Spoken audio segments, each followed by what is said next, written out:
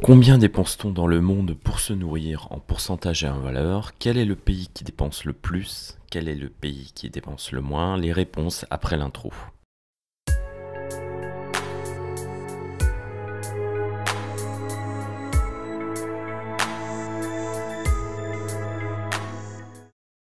Salut, c'est Jean-Loup du blog green-escape.fr, bienvenue pour un nouveau Greencast. Aujourd'hui je m'éloigne un peu de la thématique paléo pour parler des dépenses de nourriture à travers le monde et de quelques particularités. Pour cela j'ai utilisé des données de la USDA, donc le département de l'agriculture américain, sur la section qui s'appelle Département des recherches économiques. Si vous voulez les données exactes, vous pourrez voir l'article associé sur le blog. Donc on commence tout de suite avec le pourcentage des dépenses des ménages consacrées à la nourriture à travers le monde. Donc vous avez ici un classement des pays. Et le chiffre qui est à droite, c'est le pourcentage que dépense le ménage pour se nourrir.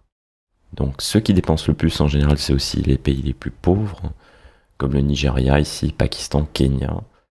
Si on regarde ceux qui dépensent le moins, et qu'on descend tout en bas, on aura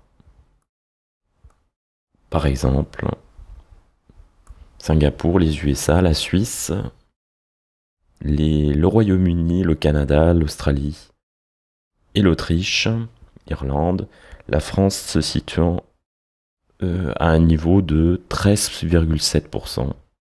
Voilà. Et alors l'Italie, 14,2%. Donc qu'est-ce qu'on peut retenir de ce genre de données? C'est que plus un pays est riche, moins il dépense pour sa nourriture par rapport aux dépenses du ménage, et inversement, plus le pays est pauvre, plus la part de la nourriture dans les dépenses de ménage vont être importante. Autre graphique intéressant, c'est les dépenses en valeur, c'est-à-dire combien on dépense en dollars par pays pour se nourrir par an et par personne. Donc ici, le haut du tableau, c'est la Norvège avec 4 892 $. La France se situe un tout petit peu plus bas avec 3 121 $. Et après, les dépenses baissent très rapidement selon les pays et leur richesse. On va tomber tout en bas avec l'Inde à 264 $, ce qui est tout simplement phénoménal l'amplitude entre le haut et le bas du tableau, puisque si on reprend un Norvégien va dépenser pour se nourrir 18,5 fois plus qu'un Indien, ce qui est absolument énorme. Alors voilà des données un peu plus triviales, puisqu'il s'agit des dépenses en boissons alcoolisées par pays en pourcentage de leur budget. Ces données étaient disponibles, alors j'ai décidé de les exploiter puisque j'ai trouvé intéressantes. Vous connaissez peut-être l'expression sous comme un Polonais.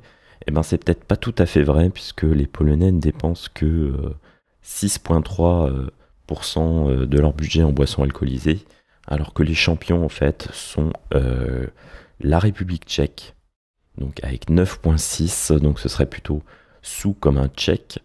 Voilà, c'est relativement impressionnant. La réputation des pays de l'Est n'est pas surfaite, puisqu'ils sont tous dans le haut du classement. République tchèque, Estonie, Russie, Ukraine, Biélorussie, Hongrie. Si on descend dans ce tableau pour retrouver la France, on n'est pas trop loin, on est vers le milieu du tableau. La France se situe ici avec 3,2%, juste à côté de l'Allemagne, et de la Tunisie avec 3,3 quand même, et le Portugal 3,1. Tout en bas de ce classement en pourcentage, on retrouvera les Émirats arabes, le Qatar, Bahreïn, l'Iran, le Koweït et l'Arabie saoudite. Donc simplement avec, pour les Émirats arabes unis, 0,2% de consommation d'alcool dans le budget. Alors sans transition aucune, je vais passer quand même pour finir sur une note un peu plus sérieuse. Donc on a déjà remarqué qu'il y a des disparités très importantes entre le pourcentage du budget consacré à la nourriture à travers le monde.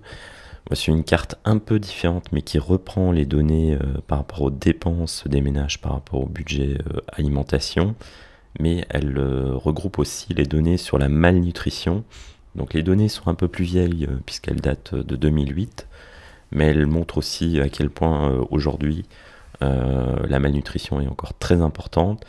Et cette carte en fait compile la malnutrition pour les enfants de moins de 5 ans à travers le monde. Donc comment ça fonctionne? Vous avez des petites pastilles de couleur, plus la pastille est sombre, plus la malnutrition est importante. Et donc des endroits où on a la malnutrition pour les enfants de moins de 5 ans, par exemple, c'est au Pakistan, en Inde, au Nigeria et au Guatemala, qui consacrent quasiment tous, hein, on n'est pas très loin pour le Pakistan, c'est quasiment la moitié des dépenses des ménages qui est consacrée à la nourriture. Donc c'est très important et ça explique aussi la pauvreté du pays. Mais on voit qu'à travers le monde, la malnutrition n'est pas négligeable encore pour les enfants de moins de 5 ans, alors qu'on a largement de quoi nourrir la planète. Et on trouve que, par exemple, en Roumanie, il y a encore 10 à 20% des enfants qui sont en malnutrition. En Azerbaïdjan, on est à des niveaux de quasiment entre 20 et 30%. Voilà, sans parler effectivement de pays en voie de développement comme le Vietnam, les Philippines et l'Indonésie, où on est encore à des niveaux aussi entre 30 et 40% de malnutrition pour les enfants moins de 5 ans. Donc là aussi, c'est quand même une carte un peu alarmante par rapport à la répartition des richesses alimentaires, en tout cas dans le monde. Voilà, c'est déjà fini pour ce petit tour d'horizon des dépenses alimentaires à travers le monde, avec une petite note sérieuse à la fin.